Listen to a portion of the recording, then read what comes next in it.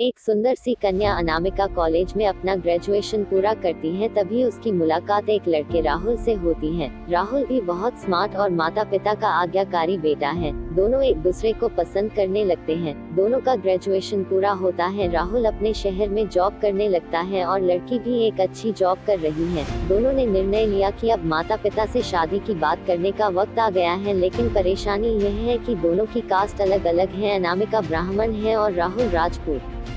राहुल के समाज में दहेज बहुत जरूरी है, जो कि नगद में होता है। उसके अलावा कई तरह के गिफ्ट्स और गहने की भी मांग की जाती है। राहुल ने अनामिका को यह स्थिति स्पष्ट की और कहा, घर वालों को मनाओ, अगर तुम सभी मांगे पूरी करवाती हो तो मेरे माता पिता तुम्हें पलकों पर बैठाएंगे। अनामिका ने अपने माता पिता से यह बात कही। अनामिका के माता पिता को यह बात पसंद नहीं थी, पर अनामिका की जिद थी कि अगर मुझे दहेज दोगे तो मेरी इज्जत बढ़ेगी। अनामिका के माता पिता सक्षम भी थे, बिना मांगे भी अनामिका को बहुत कुछ दे सकते थे, पर उन्हें इस तरह दहेज की मांग करने वाले लोग पसंद नहीं आ रहे थे। लेकिन माता पिता अनामिका की खुशी चाहते थे। उन्हें यह डर था कि कहीं उनकी बेटी ये ना सोचे कि वे अपनी बेटी को कुछ देना नहीं चाहते, इसलिए उन्होंने सभी शर्तें मानी।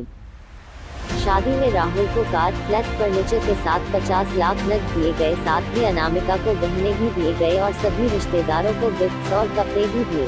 शादी बहुत धूमधाम से की गई, कोई कमी नहीं छोड़ी गई। अनामिका को मन ही मन यह गुमान था कि कास्ट अलग होने के बावजूद माता पिता ने उसकी शादी ससुराल के हिसाब से की। अनामिका को विश्वास था कि उसे बेटी बनाकर रखा जाएगा, उसे वही प्यार दिया जाएगा जो उसके माता पिता ने दिया, क्योंकि उसने अपने ससुराल का मान रखा है। अनामिका ने अपने घर से ससुराल विदा ली। ब्राह्मण कन्या राजपूत घर की बहू बनी। ससुराल में बहुत ज्यादा पर्दा प्रथा थी। बहू को मनचाहा खाने तक की स्वतंत्रता नहीं थी। कितनी भी भूख क्यों ना हो, घर की बहू सबके खाने के बाद ही खाएगी। यहाँ तक कि उसे घर के पुरुषों के सामने बैठने तक की इजाजत नहीं थी।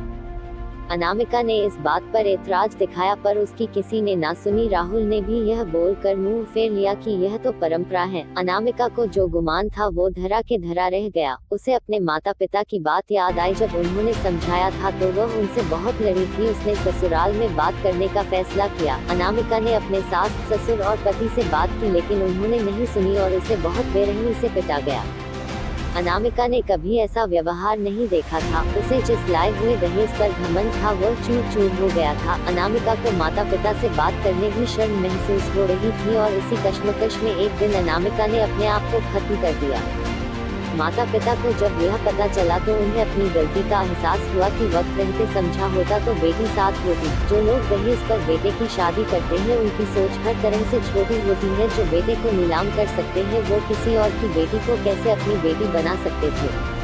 दहेज कभी खुशियों की चाबी नहीं बन सकता, यह बात सभी को समझनी होगी। इस दहेज प्रथा की कहानी में आपने पढ़ा होगा कि माता पिता ही नहीं, लड़की की सोच भी दहेज को सपोर्ट कर रही थी। कई बार लड़कियों को दहेज का गुमान हो जाता है, पर जो लोग लोभी होते हैं वो कभी अच्छे नहीं हो सकते। यह बात सबको समझने की जरूरत है।